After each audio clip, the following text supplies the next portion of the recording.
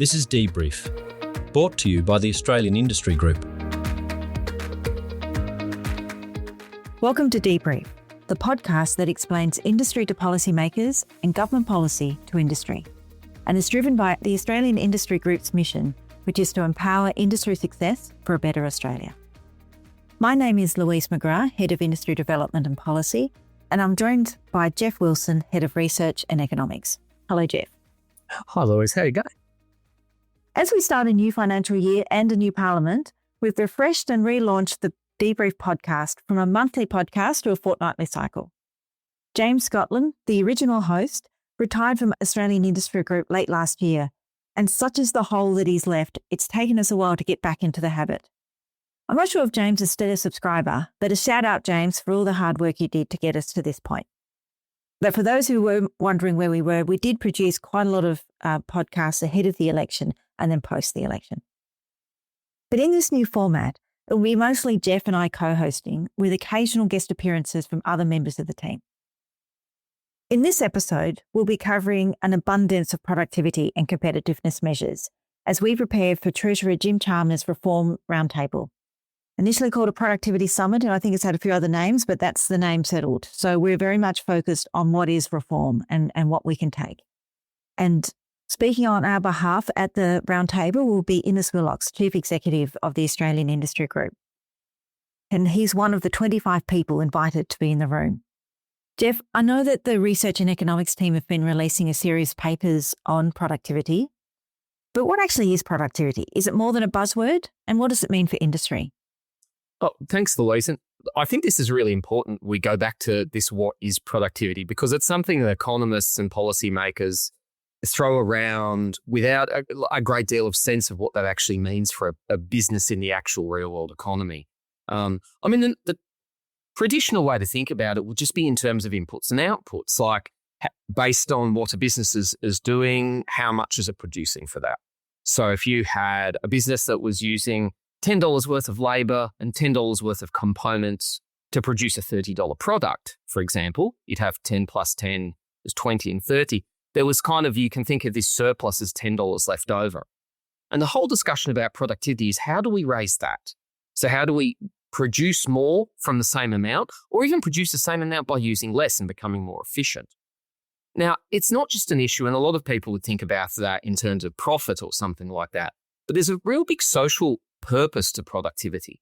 Because using that example, that $10 is basically where all the growth and improvement in society and development comes from. It's that $10 that businesses use to reinvest, to focus on technology or innovation, to fund R&D activities. It's that leftover $10 that enables businesses to pay real wage increases over time. It's that allows all of the kinds of things that the national aspirations Australia has to be a high-tech, high-investment, globally integrated economy depends on being able to do more with the same.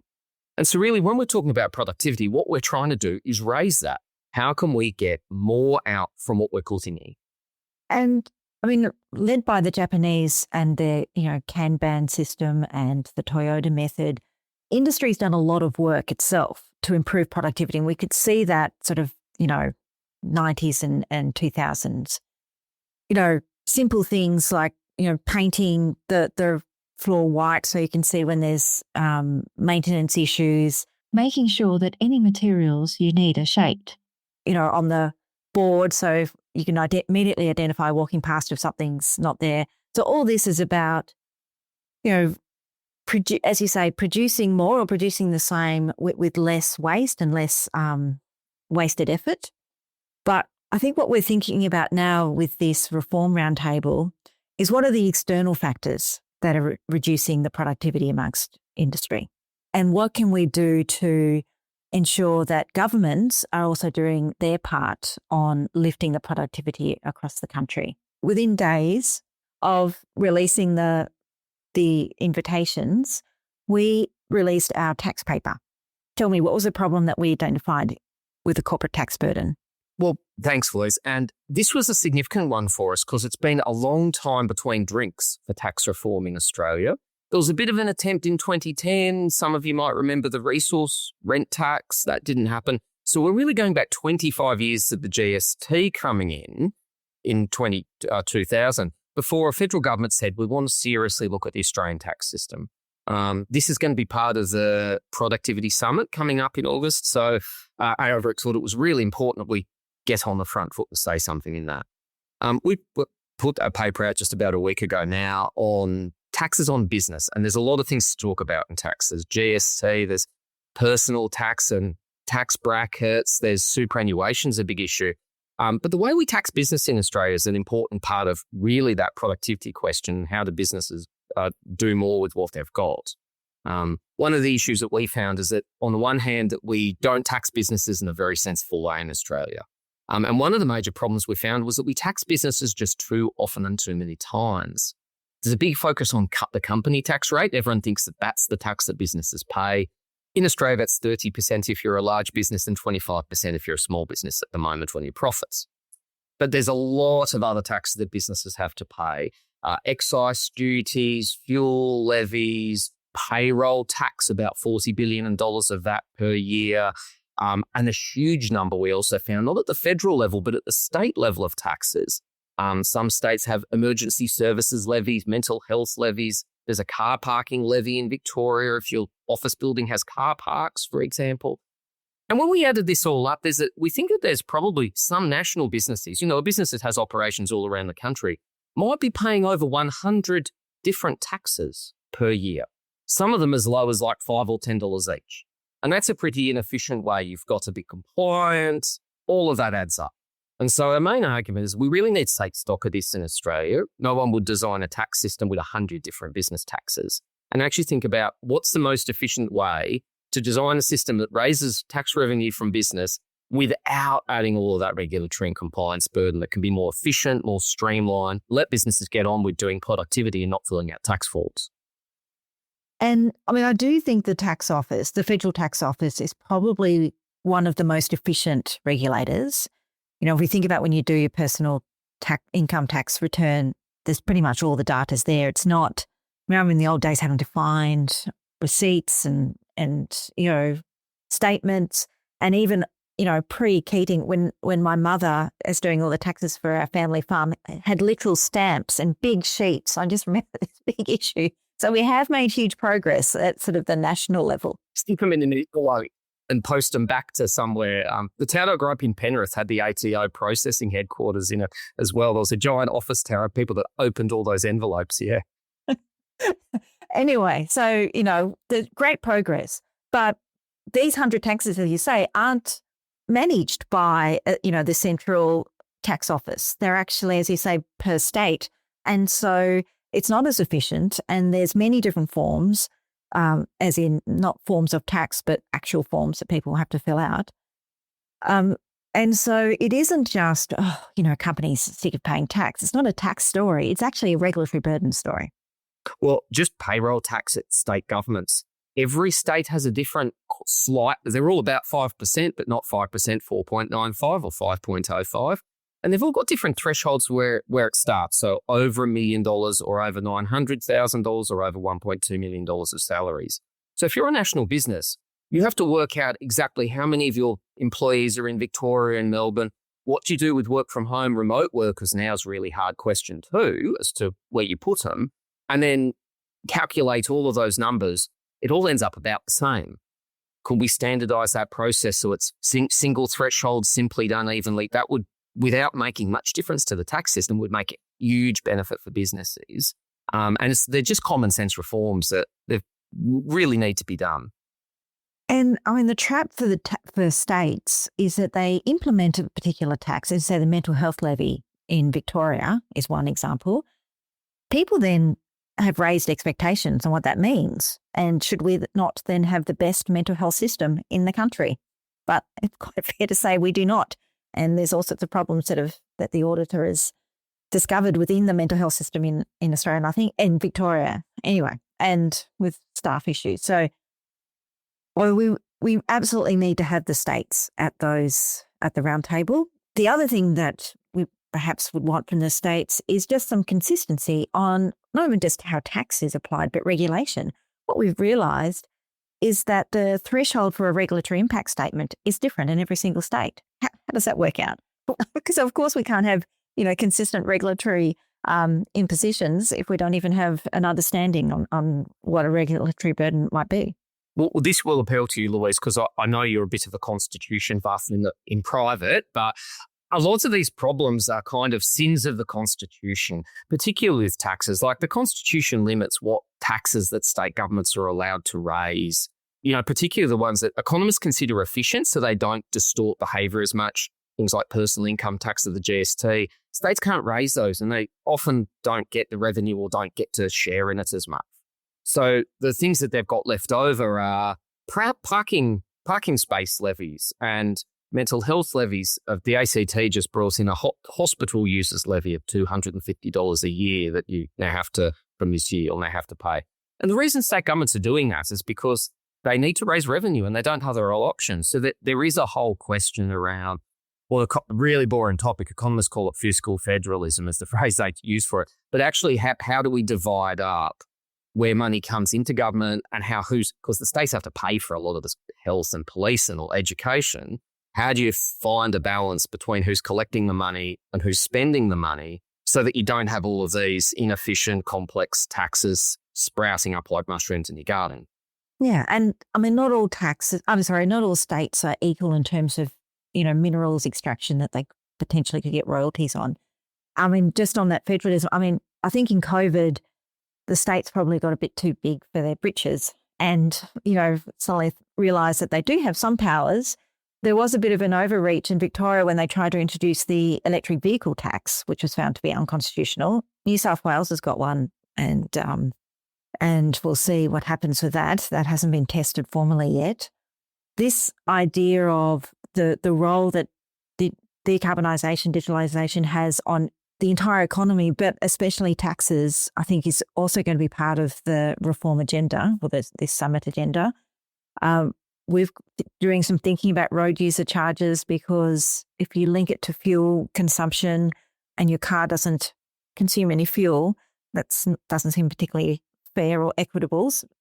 So how do we make sure that we pay for the roads and also think about how these decarbonised transport systems are going to operate?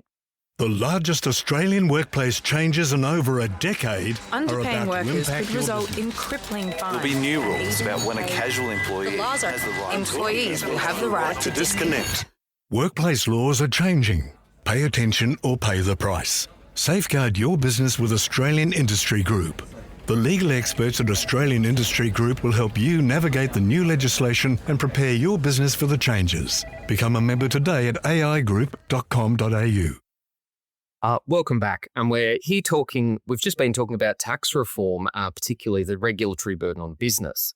And this opens up another big question for the upcoming Productivity Summit in August about regulatory burden, because a lot of the issues with taxes, how many regulations and complexities there are, this is an almost universal problem across all kinds of policy and regulatory frameworks in Australia. And Louise, I know this is a lot of fun for you because this has provided you an opportunity to link two of your passions, the work passions, not private passions, supply chains and regulatory burden together. This has become an increasing problem for business. We hear a lot about it at AI Group. Can you tell us about what the work is and where we're taking to the summit? Yes, Jeff, you might have thought that COVID and then Trump was peak supply chain issues, but I've actually managed to find another way to continue the conversation on the importance of supply chains and how governments can just simply get out of the way. So one of the things, particularly around ESG regulations, so that's things like modern slavery, carbon accounting, other sort of ESG topics.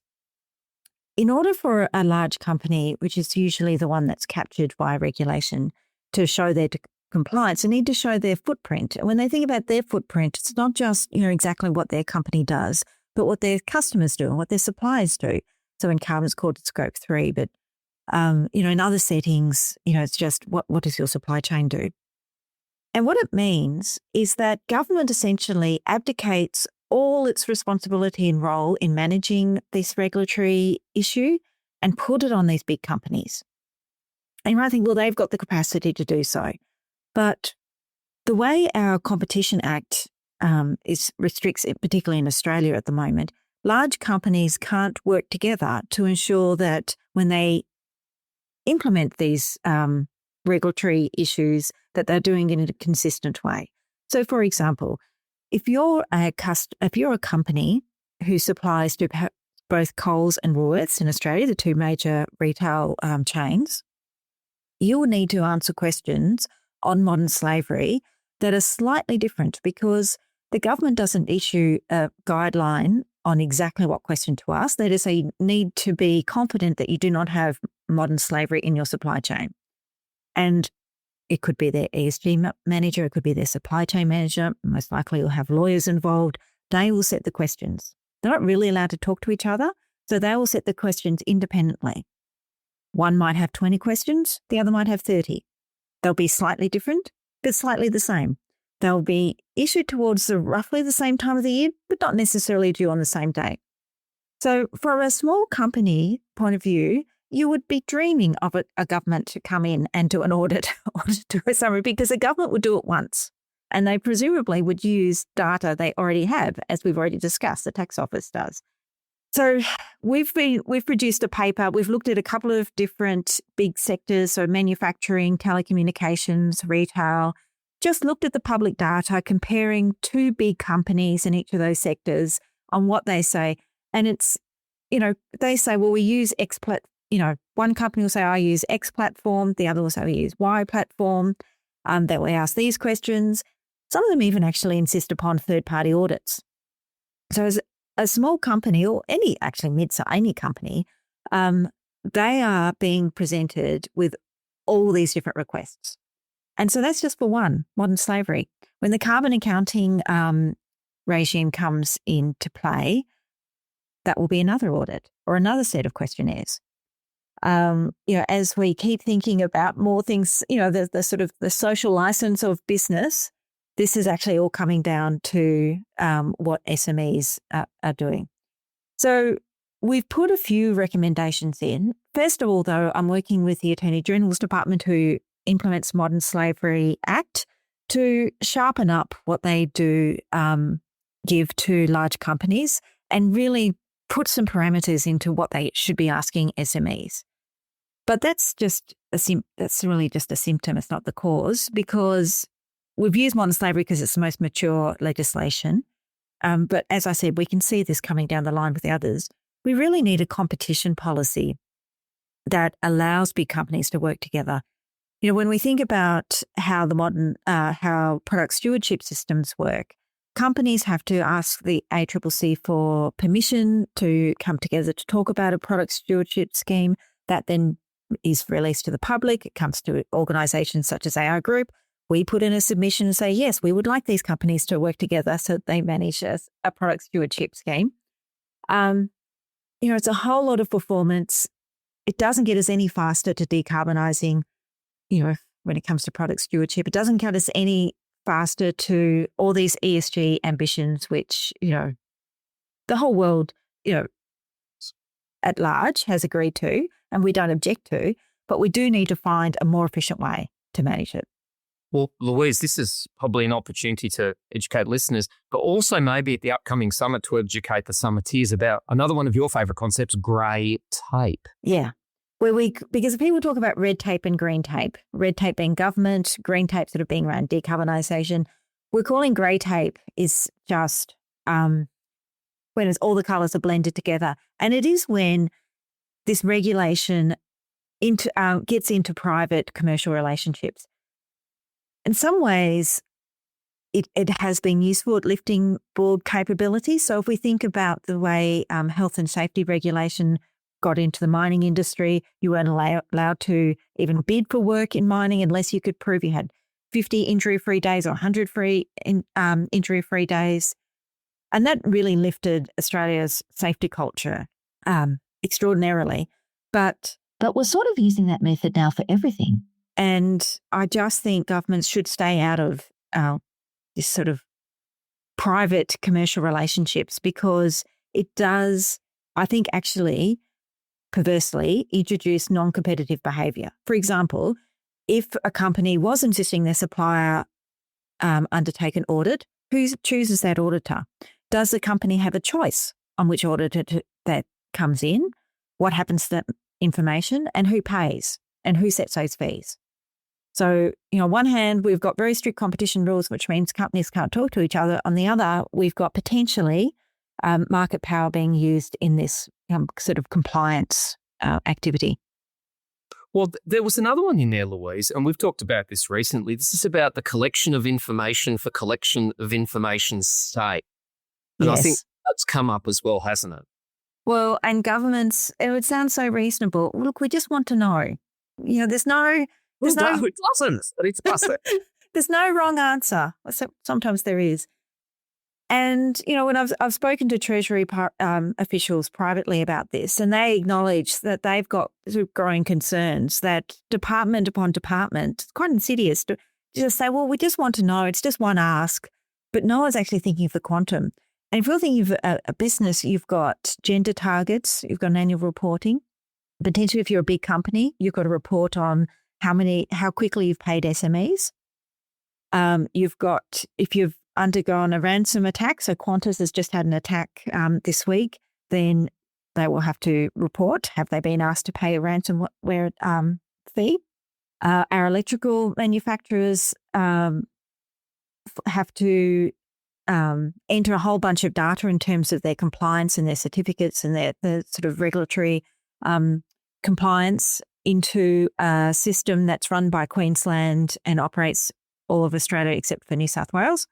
And that's all we know at the moment, but there's a whole range of others. And they're all different platforms. I can't stand admin. It drives me mad on a given day. So I have a lot of sympathy for companies, but just think as a consumer, how you go with all these different platforms, different passwords, where's the data going? Is there a help desk when the system doesn't work? Because government famously is not great at setting up platforms. Yes. Anyway, so that's our next battle that we'll target ahead of this reform. And again, because it is just information, it doesn't trigger a regulatory impact statement because it's not considered regulation, but it's an admin burden. A regulatory burden without a regulation is probably the worst kind.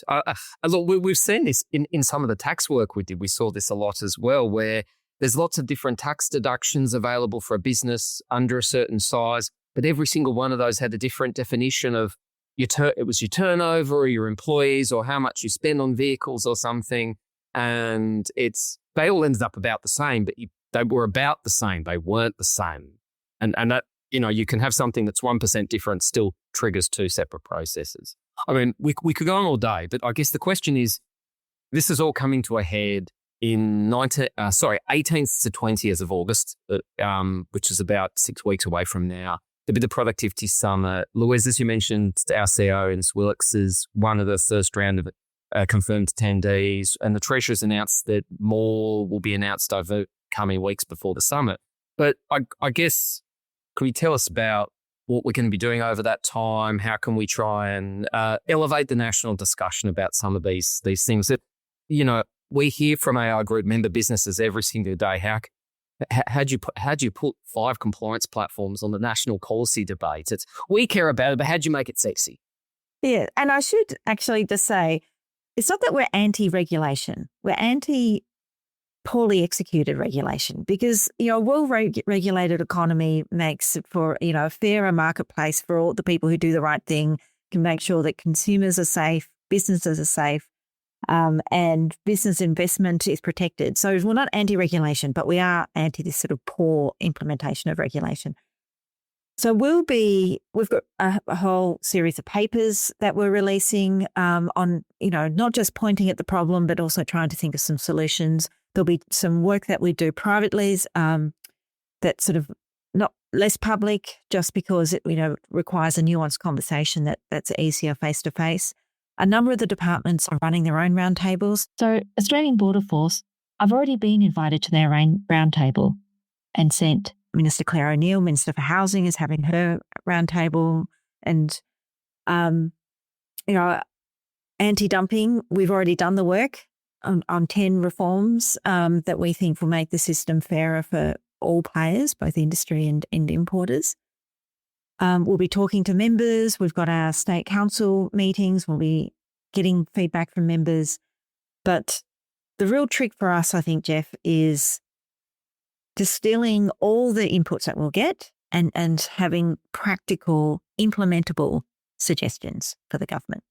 I mean, my thinking was it's also Rome wasn't built in a day, and you don't cut back a 2-decade thicket of tax barnacles or regulatory barnacles in 3 days in Canberra with 25 peoples. So I guess I'm also interested, but how we can carry on that work for once this goes through, there's going to be a lot of work to be done. I understand that the Treasurer has written to regulators at the federal level and said, could you all make a submission about how you could deliver more productivity enhancing regulations in whatever your regulatory space is. That doesn't cover state regulators now, which we would probably say might be the site of some of the biggest challenges here. But that's going to trigger a whole process of looking at these things, discussing it, opening up discussions that have been niche issues that only a small group of people without a lot of reform power have been involved in before. So I think it'll be 3 days ahead of possibly 3 years of, down in the trenches, good regulatory design. Yeah. We got into this job for, wasn't it? I agree. Yes, I mean, what else do we get out of bed for? It's a regulation. It's all the time. Yeah. I mean, the Border Force, that they've given a list of reforms that they've got in mind and invite us to contribute others, but they put timeframes next to them. I mean, I think not all require legislation. Some do. I think we should also, distinguish from one for the other. But I think, Jeff, we've just got to make sure that we give the member lived experience, have the material impact on business and why it means that companies aren't investing in those productivity enhancing measures that we all think they should be doing. I was just going to ask Elise, I think we're almost out of time, but did you want to mention abundance? Yes. So I did. It was a pun at the start, if anyone picked it up. Well, we should say, I don't know if it's allegedly, but anyway, there is a book called Abundance, which addresses the problem of sort of regulatory barriers to producing goods and services that a general citizen might want. It seems to have done the rounds in Canberra. It's certainly been quoted by Treasurer Jim Chalmers. I try not to buy books just because of years of moving them around. When I tried to get it from my library, there were 25 people ahead of me. So it's a very popular book. There are copies, I think, doing the rounds on eBay that look like photocopies. So I'm desperate to get a copy. But anyway, I think my copy should be arriving this week. There's some regulatory circumvention there, I might add. But parallel imports. But it's an interesting proposition that I feel like we've been talking about for years, but great that someone's read a book and has got to understand the issue that we're trying to address, which is if we think about housing, we want to build houses. While we're building houses, why don't we also try to help small businesses and local businesses and have more female tradesmen and have 6-star buildings? All great ambitions, but does overladen the process so much that we end up with no houses. I've got to admit, when I first kind of read it and listened to the podcast by the authors and everything, I was extremely underwhelmed. Because when you work in industry every day, like we talk to businesses multiple times a day, not stop for years and years and years, you've heard all of this before. So an industry audience might be a bit underwhelmed. But then if you think about it, it does do what we're trying to do with this summit here, which is take those issues of just being considered kind of a down in the weeds or something about some regulation or some reforms on the wrong page. Really what seems to a policymaker in Canberra like a low-level implementation issue that could be delegated down to a junior public servant. And it's actually elevating that up to the centre of the national discussion. So I don't know, for those of you, you might not learn anything new in the book, but what's interesting you'll learn is that a different group of people are talking about stuff that's core to our hearts on a daily basis. So there's something to be celebrated in that. even if I agree. Even if red tape adds cost to construction is not really going to shock a lot of people listening to this podcast, I don't think. No, but I have found that it's been very useful to, as you say, to get open ears or pushing on an open door or, all those sorts of phrases.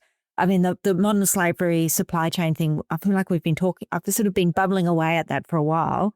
One, it's articulated the way I frame it, but suddenly people are paying attention because they're seeing, well, yes, we do have these high ambitions in one area, but we realise that we're actually holding back businesses on another. And anyway, so it's been useful. I feel like I should, anyway, I'm buying the book, so the author will get there. More than whatever the library cut is. We can be grateful. But I think we've run out of time, Jeff. Now, if you're listening to this podcast and you found it via our AR Group website, please do subscribe on your usual podcast platform so you don't miss an episode. And if that platform lets you leave a review, please do take time to leave one. We love all positive feedback. My name's Louise McGrath, joined by Jeff Wilson. And if you have any comments or questions, please do email us at industry.policy@argroup.com.au, and we'll speak in 2 weeks' time.